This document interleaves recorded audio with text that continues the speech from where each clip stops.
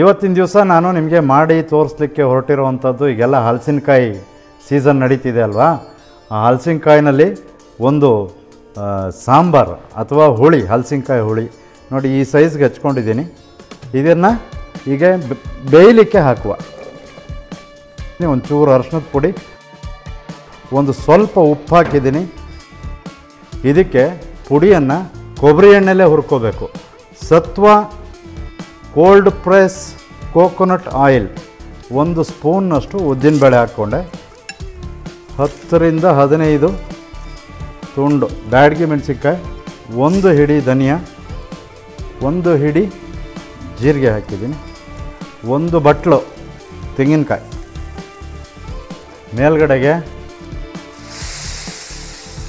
ಸ್ನೇಹಿತರೆ ನಮಸ್ಕಾರ, ನಾನು ಶ್ರೀಧರ್ ಮೂರ್ತಿ, ಶ್ರೀ ಕೇಟರರ್ಸ್ ಮೈಸೂರು. ಇವತ್ತಿನ ದಿವಸ ನಾನು ನಿಮಗೆ ಮಾಡಿ ತೋರಿಸ್ಲಿಕ್ಕೆ ಹೊರಟಿರುವಂಥದ್ದು ಈಗೆಲ್ಲ ಹಲಸಿನಕಾಯಿ ಸೀಸನ್ ನಡೀತಿದೆ ಅಲ್ವಾ. ಆ ಹಲಸಿನಕಾಯಿನಲ್ಲಿ ಒಂದು ಸಾಂಬಾರು ಅಥವಾ ಹುಳಿ, ಹಲಸಿನಕಾಯಿ ಹುಳಿ, ಬ್ರಾಹ್ಮಣರಲ್ಲಿ ಹುಳಿ ಅಂತಾರೆ, ಮತ್ತು ಸರ್ವೇ ಸಾಧಾರಣವಾಗಿ ಎಲ್ಲರೂ ಸಾಂಬಾರು ಅಂತಾರೆ. ಇದು ಮಂಗಳೂರು ಶೈಲಿಯಲ್ಲಿ ಮಾಡಲಿಕ್ಕೆ ಹೊರಟಿರುವಂಥದ್ದು. ಹಲಸಿನಕಾಯಿ ಹುಳಿ ಅಥವಾ ಗುಜ್ಜೆ, ಕೊದ್ದೆಲ್ ಅಂತಾರೆ ಯಾವುದರಲ್ಲಿ, ತುಳುನಲ್ಲಿ, ಮಂಗಳೂರು ಸೈಡೆಲ್ಲ ಕೊದ್ದೆಲ್ ಅಂತಾರೆ. ಅದನ್ನು ಮಾಡಿ ತೋರಿಸ್ಲಿಕ್ಕೆ ಹೊರಟಿದ್ದೀನಿ. ಬನ್ನಿ ಸ್ನೇಹಿತರೆ, ಸ್ಟಾರ್ಟ್ ಮಾಡೋಣ. ಹಲಸಿನಕಾಯಿ ಹುಳಿ ನೋಡಿ, ಮೊದಲಿಗೆ 1 kg ಇರುವಂತಹ ಒಂದು ಹಲಸಿನಕಾಯಿನ ತೊಗೊಂಡೆ. ಅದನ್ನು ನೀಟಾಗಿ ಸಿಪ್ಪೆ ತೆಗೆದು ಹಚ್ಕೊಂಡಿದ್ದೀನಿ. ನೋಡಿ ಈ ಸೈಜ್ಗೆ ಹಚ್ಕೊಂಡಿದ್ದೀನಿ. ಇದನ್ನು ಈಗ ಬೇಯಲಿಕ್ಕೆ ಹಾಕುವ. ಇದಕ್ಕೆ ತರಕಾರಿ ಅಥವಾ ಹಲಸಿನಕಾಯಿ ಮುಳುಗುವಷ್ಟು ನೀರು ನೋಡಿ, ಹಲಸಿನಕಾಯಿ ಮುಳುಗುವಷ್ಟು ಕರೆಕ್ಟಾಗಿ ನೀರು ಹಾಕ್ಕೋಬೇಕು. ಒಂಚೂರು ಅರಿಶಿನದ ಪುಡಿ, ಒಂದು ಸ್ವಲ್ಪ ಉಪ್ಪು ಹಾಕಿದ್ದೀನಿ. ಈ ಲಿಡ್ಡನ್ನು ಮುಚ್ಚಿ 2 ವಿಜಲ್. ನೆಕ್ಸ್ಟ್ ಏನು ಮಾಡಬೇಕು ಹೇಳಿ, ನೆಕ್ಸ್ಟ್ ಅದಕ್ಕೆ ಬೇಕಾಗಿರುವಂಥ ಮಸಾಲೆಯನ್ನು ಹುರಿದ್ಕೋಬೇಕು. ಮಾಮೂಲಿ ಸಾಂಬಾರು ಪುಡಿ ಹುರಿಯೋದು ಮಾಡೋದು ಎಲ್ಲ ನಿಮಗೆ ತೋರಿಸಿದ್ದೀನಿ. ಆದರೆ ಇದಕ್ಕೆ ಹುರಿಯೋವಂಥ ಮಸಾಲೆಗಳೇ ಬೇರೆ. ಮೊದಲಿಗೆ ಇದಕ್ಕೆ ಪುಡಿಯನ್ನು ಕೊಬ್ಬರಿ ಎಣ್ಣೆಲೇ ಹುರ್ಕೋಬೇಕು. ಸತ್ವ ಕೋಲ್ಡ್ ಪ್ರೆಸ್ ಕೋಕೋನಟ್ ಆಯಿಲ್ ಹಾಕೋತಾ ಇದ್ದೀನಿ. ಒಂದು ಸ್ವಲ್ಪ ಹಾಕೋಣ. ನೈಸರ್ಗಿಕ, ರುಚಿಕರ ಹಾಗೂ ಶುದ್ಧ ಆರೋಗ್ಯಕರ ಎಣ್ಣೆಗಾಗಿ ಬಳಸಿ ಸತ್ವ ಕೋಲ್ಡ್ ಪ್ರೆಸ್ ಆಯಿಲ್ಸ್. ಈಗಲೇ ಆರ್ಡರ್ ಮಾಡಿ. ಒಂದು 3 ಟೇಬಲ್ ಸ್ಪೂನ್ನಷ್ಟು ಕೊಬ್ಬರಿ ಎಣ್ಣೆ ಹಾಕ್ಕೊಂಡೆ. ಸ್ವಲ್ಪ ಬಿಸಿ ಆಗಲಿ, ಯಾಕೆಂದರೆ ಇದು original cold press coconut oil ಅಲ್ವಾ. ಇದಕ್ಕೆ ಯಾವುದೇ ಮಿಕ್ಸಿಂಗು ಇದು ಏನೂ ಇರಲ್ಲ, ತುಂಬ ಒರಿಜಿನಾಲಿಟಿ ಇರುತ್ತೆ. ಆಹಾ, ಏನು ಘಮ ಬರ್ತಿದೆ, ಭಾಳ ಚೆನ್ನಾಗಿದೆ. ನೀವು ಒಂದು ಸಾರಿ ಈ ಕೋಲ್ಡ್ ಪ್ರೆಸ್ ಸತ್ವ ನಮ್ಮ ಬ್ರ್ಯಾಂಡ್ ಇದೆಯಲ್ಲ, ಆ ಬ್ರ್ಯಾಂಡು ಕೋಕೋನಟ್ ಇದರಲ್ಲಿ ಒಂದು ಸಾರಿ ಮಸಾಲೆ ಹುರಿದು ನೋಡಿ. ಒಂದು ಚೂರು ನೋಡಿ, ಇಷ್ಟೇ ಹಿಂಗೆ ಹಾಕ್ಕೊಂಡಿದ್ದೀನಿ. ಮನಸ್ಸು ಮುಟ್ಟುವಂತಹ ಪ್ರಸಾದದ ರುಚಿ ಈಗ ಪ್ರತಿದಿನ ನಿಮ್ಮ ತಟ್ಟೆಯಲ್ಲಿ. ಸತ್ವ ಪುಳಿಯೋಗರೆ ಗೊಜ್ಜು ಈಗಲೇ ಆರ್ಡರ್ ಮಾಡಿ. ಹಿಂಗು ಒಂಚೂರು ಕರಗಲಿ ನೋಡಿ. ಒಂದು ಚೂರು ಎಷ್ಟು, 1 ಸ್ಪೂನ್ನಷ್ಟು ಉದ್ದಿನಬೇಳೆ ಹಾಕ್ಕೊಂಡೆ. ಆ ಉದ್ದಿನಬೇಳೆನ ಹುರಿಯೋಣ ಕ್ಲೀನಾಗಿ. ಇದೇನಕ್ಕೆ ಅಂತ ಅಂದರೆ ಆ ಹುಳಿ ಬೈಂಡಿಂಗ್ ಬರಬೇಕಲ್ಲ ಕ್ಲೀನಾಗಿ, ಅದಕ್ಕೋಸ್ಕರ ಬ್ರೌನ್ ಕಲರ್ ಬರಬೇಕು ಉದ್ದಿನಬೇಳೆ ಆಗ್ತಿದೆ. ಈಗ ನೆಕ್ಸ್ಟು ಒಂದು 10 ರಿಂದ 15 ತುಂಡು ಬ್ಯಾಡಗಿ ಮೆಣಸಿನ್ಕಾಯಿ ಹಾಕ್ಕೊಂಡೆ. ಅದಕ್ಕೆ 1 ಹಿಡಿ ಧನಿಯಾ, 1 ಹಿಡಿ ಜೀರಿಗೆ ಹಾಕಿದ್ದೀನಿ. ಎಲ್ಲನೂ ಒಟ್ಟಿಗೆ ಸೇರಿಸಿ ಈ ಥರ ಹುರಿಯುವ. ಸ್ವಲ್ಪ ಕರಿಬೇವು, ಒಲೆ ಆಫ್ ಮಾಡ್ಕೊಳ್ಳೋಣ. ನೋಡಿ, ಒಲೆ ಆಫ್ ಮಾಡಿ 1 ಬಟ್ಲು ತೆಂಗಿನಕಾಯಿ ಅಂದರೆ ಒಂದು ತೆಂಗಿನಕಾಯಿನಲ್ಲಿ ಅರ್ಧ ತೆಂಗಿನಕಾಯಿನಷ್ಟು ಇದಕ್ಕೆ ಹಾಕಬೇಕು. ಹಾಕಿ ಕ್ಲೀನಾಗಿ ಹೀಗೆ ಹುರಿದ್ರೆ ಇದ್ರ ಜೊತೆಗೆ ಮನಸ್ಸು ಮುಟ್ಟುವಂತಹ ಪ್ರಸಾದದ ರುಚಿ ಈಗ ಪ್ರತಿದಿನ ನಿಮ್ಮ ತಟ್ಟೆಯಲ್ಲಿ. ಸತ್ವ ಪುಳಿಯೋಗರೆ ಗೊಜ್ಜು ಈಗಲೇ ಆರ್ಡರ್ ಮಾಡಿ.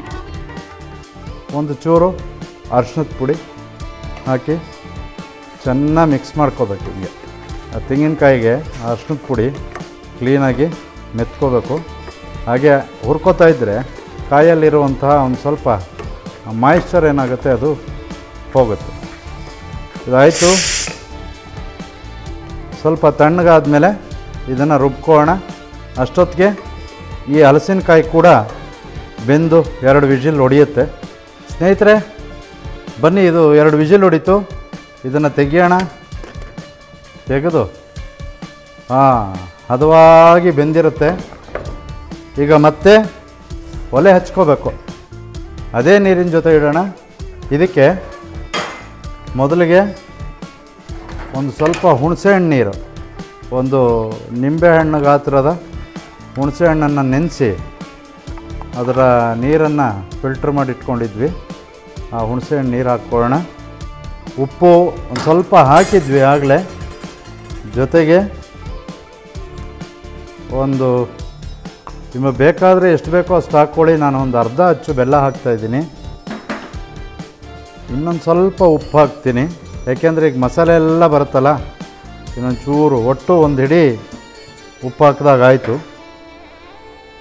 ಇದನ್ನು ಒಂದು ಸಾರಿ ಮಿಕ್ಸ್ ಮಾಡಿ ಹೀಗೆ ಮಿಕ್ಸ್ ಮಾಡಿಕೊಂಡು ಚೆನ್ನಾಗಿ ಬೆಂದಿದೆ.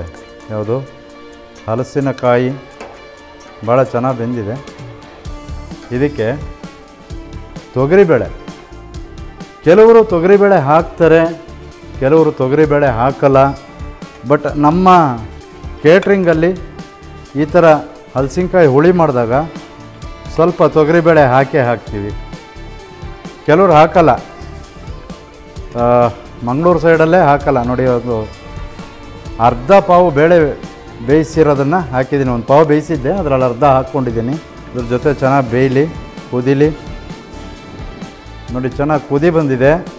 ಈಗ ಈ ರುಬ್ಬಿರುವಂತಹ ಮಸಾಲೆನ ಸ್ವಲ್ಪ ಉರಿ ಕಡಿಮೆ ಮಾಡಿಕೊಂಡು ಹಾಕೋಣ. ಯಾಕೆಂದರೆ ಉರಿ ಜೋರಾಗಿದ್ದರೆ ಹಾರುತ್ತಲ್ವ ಕೈಗೆ. ಸೊ ಹಾಗಾಗಿ ಸ್ವಲ್ಪ ಉರಿ ಕಮ್ಮಿ ಮಾಡಿಕೊಂಡು ಈ ಮಸಾಲೆ ಎಲ್ಲ ಅಷ್ಟು ರುಬ್ಬಿದ್ದನ್ನು ಹಾಕೊಳ್ಳುವ.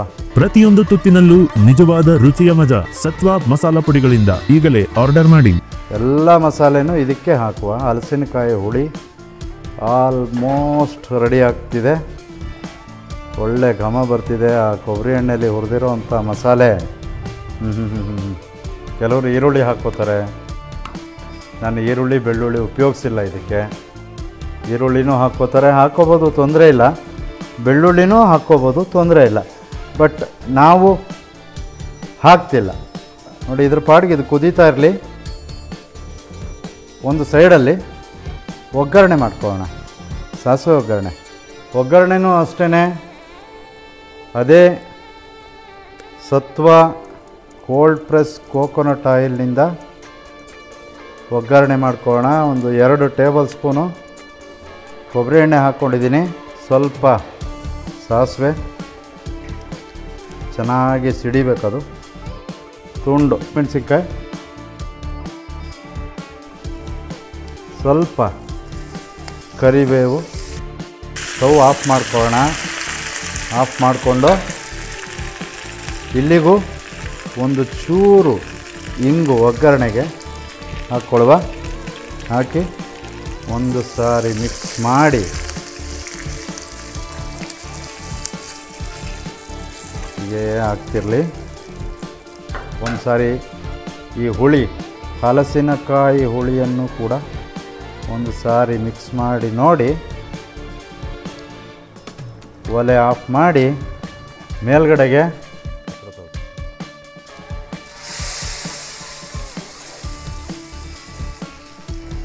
ನೋಡಿ ಸ್ನೇಹಿತರೆ, ಹಲಸಿನಕಾಯಿ ಸೀಸನ್ನಲ್ಲಿ ಹಲಸಿನಕಾಯಿ ಹುಳಿ ಅಥವಾ ಗುಜ್ಜೆ ಕೊದ್ದೆಲು ಮಾಡಿದ್ದೀನಿ.